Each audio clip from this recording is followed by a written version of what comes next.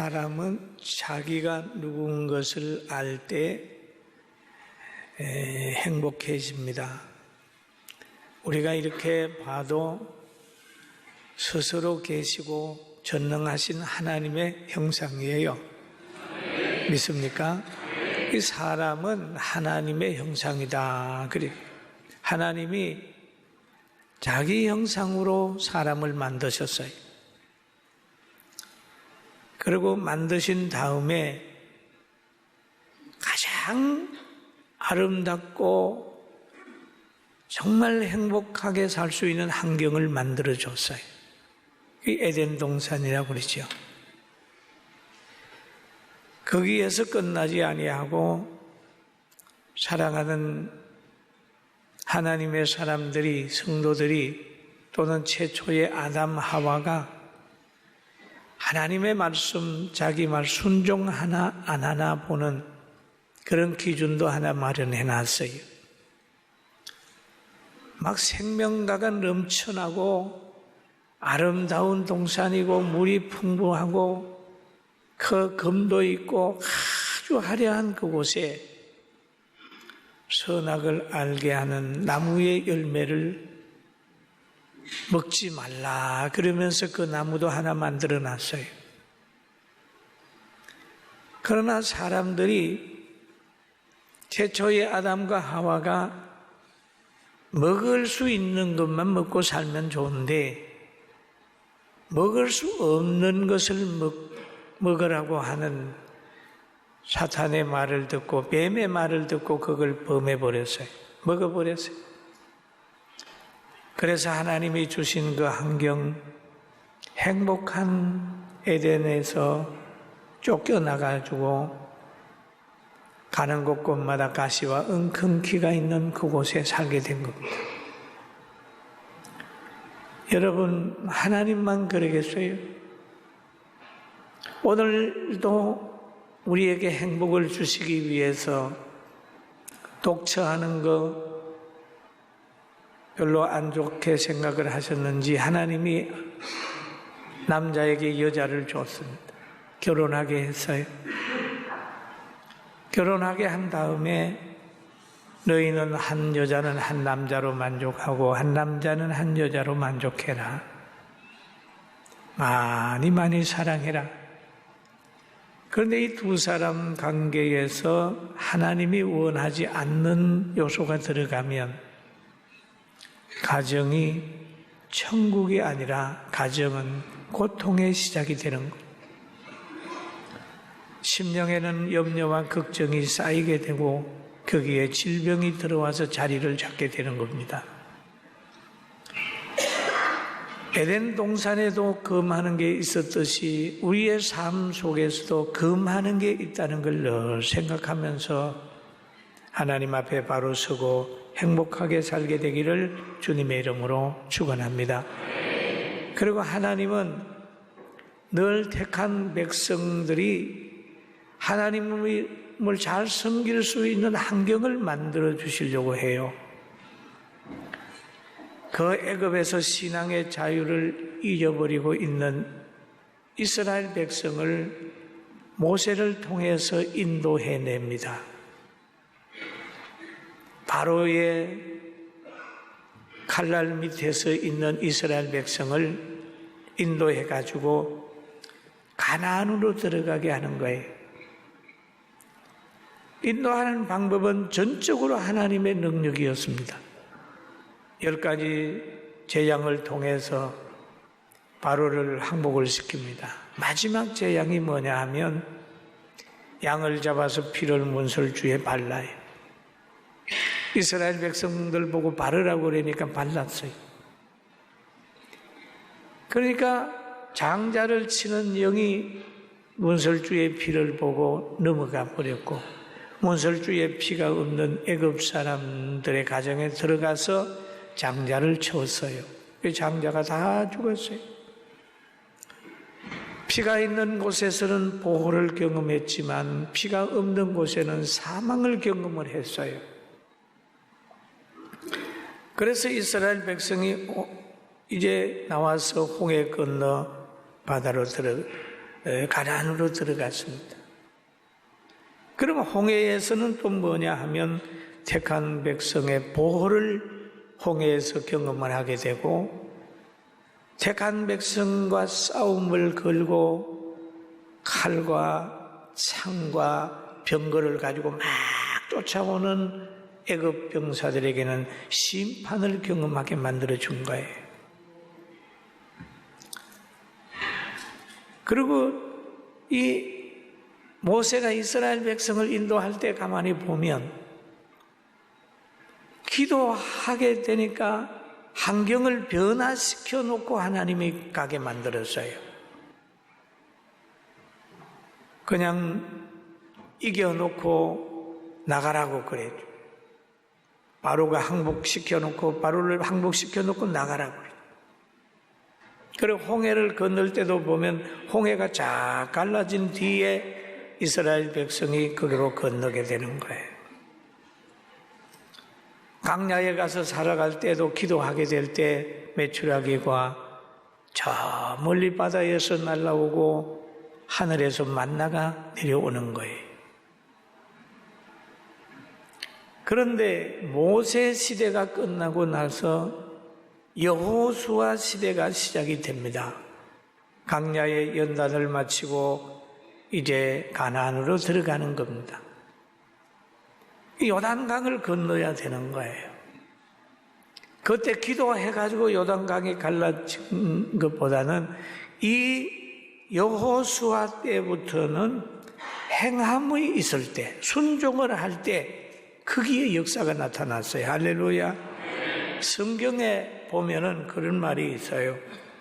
여호수아 3장 15절에 보면 개를 맨 자들이 요단의 이름에 개를 맨 제사장들의 발이 물가에 잠기자 그랬어요. 개를 맨, 벗개를 맨 사람들의 발이, 제사장의 발이 물에 잠겼다 그랬습니다. 갈라진 걸 가는 게 아니고 그냥 물이 흐르는데 그냥 들어갔어요. 그랬더니 위에서부터 흘러내려온 물이 저 먼 곳까지 다 그냥 딱 서버렸어요. 그래서 개를 맨 제사장들이 마른 땅을 건너는 것처럼 건넜다. 그럼 우리가 신앙생활을 하는데도 보면 어떤 때는 하나님이 기도 응답을 주시고 가게 하지만 어떤 때는 행할 때 하나님의 역사로 그 문제가 해결이 될 때도 있어요. 할렐루야. 믿습니까? 때를 따라 이스라엘 백성이 요단강을 건너 가나안에 들어가서 여리고 성을 돌아가지고 소리 질렀더니 성이 무너졌어요. 여리고 성을 점령할 때 하고 아이성을 점령할 때가 방법이 달랐습니다. 때로는 기도해서 응답이 될 때도 있지만은 때로는 믿고 갈 때에 하나님의 역사가 나타날 때도 있어요. 그리고 이제 모세 이후에는 늘 하나님이 순종할 때 그 역사가 나타난 걸로 성경이 많이 말하고 있습니다. 그러면 하나님이 가나안에 이스라엘 백성을 들어가게 한 다음에 그 원주민들을 다 쫓아낼 수 있도록 실력을 준 거예요. 그리고 원주민들을 다 내보낸 다음에 그들의 땅을 다 뺏어가지고 11나라로 나눕니다. 쫙 나눠가지고 뭐 유다 지파 무슨 지파 쫙 나누고 레위 지파에게는 땅을 안 줬어요. 그 지파마다 성전이 지어지고 도피성이 만들어지는 거예요. 그럼 너희는 이거 관리해. 하나님 앞에 저들이 예배드리러 오면 그들을 잘 도와서 영적 생활을 할 수 있도록 만들어주는 거예요. 그리고 농사하는 11지파 사람들 보고 말하기를 너희는 농사해가지고 10분의 1을 드려라. 성전에 드리면 성전에서 일하는 레위 지파의 기업이 된다. 라고 하는 걸 만들었어요. 그래서 이 성경에 그 얘기를 하죠. 그러면서 하나님이 이스라엘 백성이 가나안에 가서 살게 되면 법이 만들어져야 되잖아요. 법이. 그게 십계명이에요. 또 여러분 회사에도 또 규칙이 있게 되고 정관이 있게 되고 나라에는 헌법이 있게 되고 뭐 있잖아요. 그런데 하나님께서 모세를 통해서 이제 이스라엘 백성이 가나안에 들어가서 지켜야 될 법을 많이 만들었어요. 도덕법도 만들고 또 공평에 대한 법도 만들고 안식일에 대한 법도 만들고 절기에 대한 법도 다 만들었습니다. 그런데 오늘 여러분과 제가 기억해야 될 것은 이스라엘 백성이 거기에 들어가서 공평법을 지켜야 되는데 출애굽기 23장에 나타나는 거예요. 23장 1절에 보니까 이런 말이 있죠. 같이 한번 볼까요?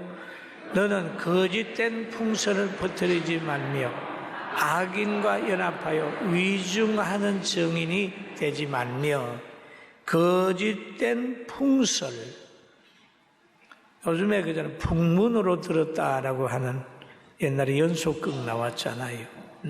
풍설. 확실하지도 않고 그냥 떠도는 말들 있어요. 거짓된 풍설을 퍼뜨리지 말며 악인과 연합하여 위정하는 정인이 되지 말며. 참 이 말씀을 가슴에 딱 새기게 됩니다. 거짓된 풍설이 나돌 수 있습니다. 악인과 연합하여 위정하는 일도 있을 수 있어요. 하지 마라. 그리고 송사의 다수를 따라 부당한 증인이 되지 마라. 여러분, 많은 사람이 막 이렇게 한다고 그게 진리는 아닙니다. 진리일 수도 있지만 아는 게 더 많습니다. 가난한 자의 송사라고 해서 편벽대에 두둔하지 마라. 재판을 할 때 가난한 사람이라고 해서 봐주지도 말고 부자라고 해가지고도 손해보게 하지 말고 또 부자라고 해서 또 봐주지도 말고 가난한 사람 없은 여기지 마라. 공평하게 해라. 가난한 자의 송사라고 해서 편벽대에 두둔하지 말고 정의를 굳게 하지 말자. 무죄한 자와 의로운 자를 죽이지 마라. 그렇게 법을 만들어서 이스라엘 백성에게 줬어요. 그러면서 출애굽기 23장 8절에 보면 뭐라고 그랬나요? 같이 보실까요? 너는 뇌물을 받지 말라. 뇌물을 받는 자의 눈은 어둡게 하고 의로운 자의 말을 굳게 하는 뇌물을 받지 마라. 뇌물을 받으면 어떻게 되느냐? 눈이 어두워져서 살이 분별이 안 되는 거예요. 의로운 사람의 말을 굳게 만든다. 뇌물을 받지 말고 이방인을 압제도 하지 말고 너의 과거를 한번 돌아보라. 이 출애굽기 23장 9절에 보니까 너는 이방 나그네를 압제하지 말라. 너희가 애굽 땅에서 나그네 되었은즉 나그네의 사정을 아느니라 그러잖아요. 우리나라에 외국인들이 와서 살잖아요. 많이 삽니다. 압제하지 마라. 무시하지 마라. 그리고 탈북한 분들 만나면 그분들 없인 여기지 마라. 우리도 옛날에 가난하게 살았습니다. 자유도 잃어버린 일도 있어요. 일제 식민지 속에 얼마나 고생했습니까? 그렇다면 우리와 다른 곳에 사는 사람들이 와서 우리에게 오거든 그들을 압제하거나 없인 여기지 말고 사랑으로 보듬어 주라는 하나님의 음성이에요. 할렐루야. 그런 거예요. 그리고 안식일을 지키되 거룩하게 지켜라. 그리고 땅도 엿새를 이렇게 농사했으면 이래는 놀리고 또 놀릴 때 거기에 나타나는 모든 수확이나 사과나 과일의 열매는 짐승이나 나그네가 먹게 만들어라 라고 하는 그런 법을 만들어 가지고 이스라엘 백성들에게 주신 겁니다. 그런데 우리가 하나님이 그냥 다 받으실까요? 성경에 보면은 하나님 앞에 제사를 드리는 두 사람이 있었습니다. 같은 가정에 살고 같은 지역에 살았어요. 그리고 가인은 자기가 농사한 것으로 소산을 가지고 제물을 드렸습니다. 아벨은 자기가 치는 양의 새끼를 잡아가지고 제물을 드렸습니다. 그런데 두 제단이 있는데 하나님께서 아벨의 제단에 불을 내려서서 확 연락받았어요. 가인의 제단에는 불이 안 내려왔어요. 성경에 보면 아벨은 가인보다 더 나은 제사 믿음으로 드렸다고 그래요. 여러분, 우리 기도도 믿음으로 하고 연보도 믿음으로 하고 절기도 믿음으로 하고 전도도 믿음으로 하고 사랑도 믿음으로 하게 되길 주의 이름으로 축원합니다. 믿음으로 하는 거죠. 믿음으로. 그런데 믿음으로 절기를 지키고 믿음으로 기도하고 믿음으로 구제하고 믿음으로 사랑하고 믿음으로 전도하게 되면 하나님께서 주시는 복이 뭐냐? 복이 있어요. 약속을 하셨습니다. 출애굽기 23장 22절 같이 한번 봅니다. 너가 그의 목소리를 잘 청종하고 내 모든 말대로 행하면 내가 내 원수에게 원수가 되고 내 대적에게 대적이 될지라. 아멘. 너가 하나님의 말씀을 잘 순종하게 되면 너의 원수와 내가 원수가 되어주겠다. 너의 대적과 내가 대적이 되어주겠다. 그러죠. 여러분, 자녀가 그리고 구체적으로 여기 얘기하는 길을 보면은 출애굽기 23장 25절에서 27절 보면 내 하나님 여호와를 섬기라. 그리하면 여호와가 너희의 양식과 물의 복을 내리고, 뭐의 복을 내리지요? 양식과, 크게 한번, 양식과 물의 복을 내리고, 너희 중에서 뭘 제한다고 그랬어요? 병을 제한다고 그랬습니다. 여러분, 양식의 복을 내리고 물의 복을 내린다는 거죠. 좋은 음식이 되게 하는 거죠. 좋은 음식. 그 다음에 너희 중에 병을 제하리니. 병 있잖아요. 여러분, 우리가 가지고 있는 병이 암병도 있지요. 지식병도 있지요. 가치관의 병도 있지요. 정신병도 있지요. 모든 육체가 가지는 병이 있지요. 환경이 병들어서 고통당하는 게 있죠. 엄청나게 병이 많아요. 이 병을 하나님이 제하여 준다고 그랬어요. 할렐루야. 아멘. 너희 중에서 병을 제하리니 그러죠. 내 나라에 낙태하는 자가 없고, 낙태 없고, 그 다음에 임신하지 못하는 자가 없을 것이라. 내가 너희 날수를 채우리라. 그랬고요. 그럼 장수하게 되고, 자녀가 태어나게 되고, 건강하게 되고, 좋은 음식을 먹게 되는 그런 복을 받는다. 여기 병을 치료해 준다라고 하는 말을 저는 읽을 때마다 더 아멘해요. 제가 왜냐하면 병들었을 때 하나님의 은혜로 고침받았거든요. 하나님을 따라가면 환경병도 고쳐지고 자기 내면의 세계에 일어났던 갈등이나 우울증 이런 것들도 다 없어져요. 할렐루야. 믿습니까? 없어져요. 다 하나님께 맡겨버리는데요. 모든 환경을 하나님의 섭리로 보는 거예요. 분명히 뒤에는 좋은 일이 있겠지라고 하고 믿음으로 나가다 보면 좋은 일이 막 계속해서 생겨요. 우리 하나님의 약속을 지키면 하나님이 우리와 함께 하셔서 낙태를 막아주시고 양식과 물과 밭에 복을 주시고 많은 사람에게 머리가 될지언정 꼬리가 되지 않는다고 성경이 약속을 했습니다. 그리고 여기에 보니까 또 출애굽기의 34장에 가서 보면 여호와라 자비롭고 은혜롭고 노하시기를 더디하고 인자와 진실이 많은 하나님이라 인자를 천대까지 베풀고 천대까지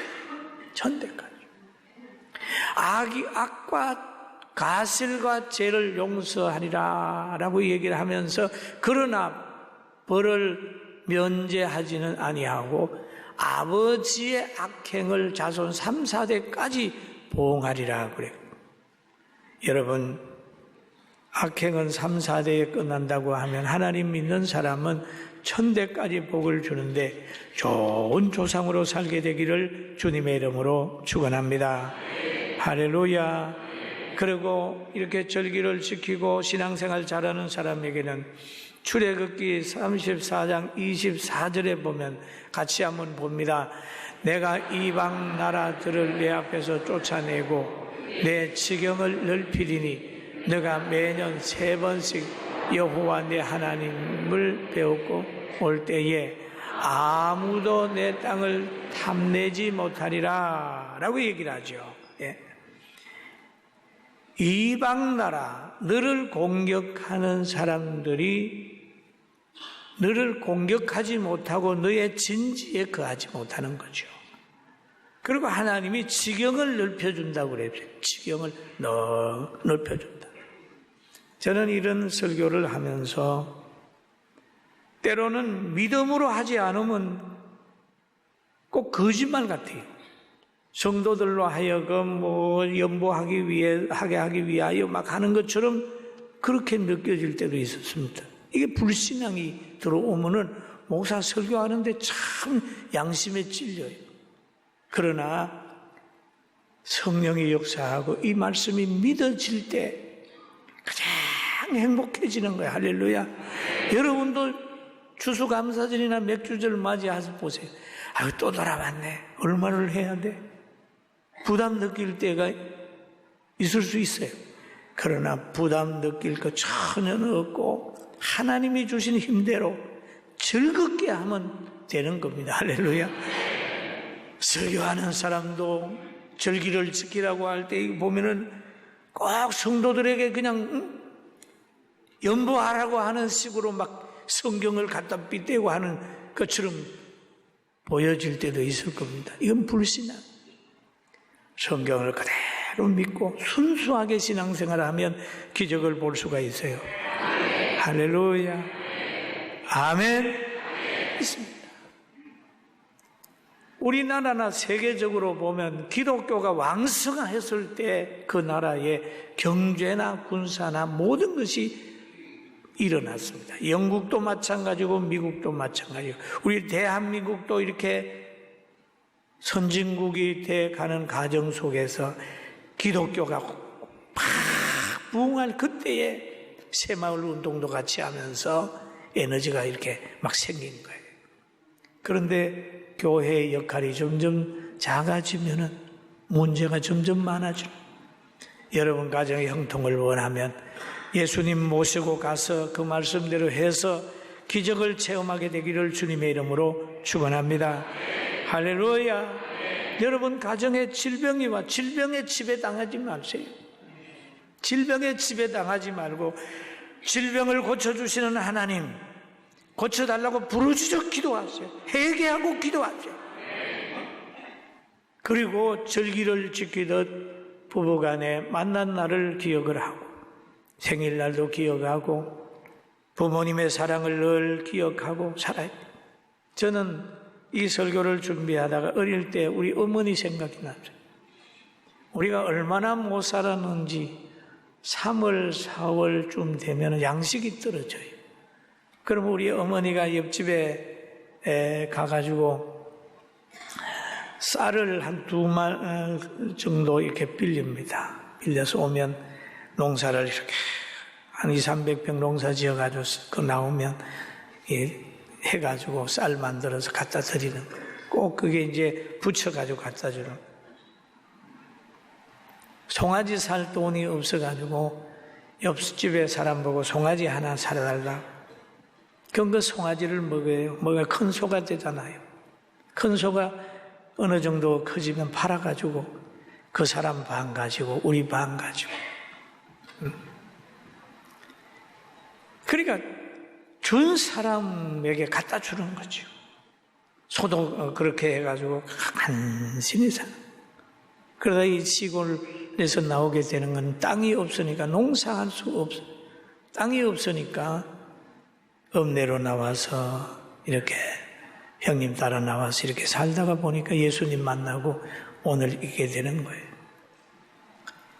그러면 하나님께서 준 자가 요구할 수 있잖아요. 하나님께서 땅을 주시고 물 주시고 빛 주시고 구원 주신 그 하나님이 절기를 지키라는 말은 너와 나와 마음으로 통하자. 늘 나를 잃지 말고 믿음 가지고 살아라고 하나님의 사랑의 음성인 줄 알고 절기 지키면서 예수님 안에 형통하게 되기를 주님의 이름으로 축원합니다. 할렐루야. 여러분, 하나님을 사랑받았으니 사람도 많이 서로 사랑하기를 주님의 이름으로 축원합니다.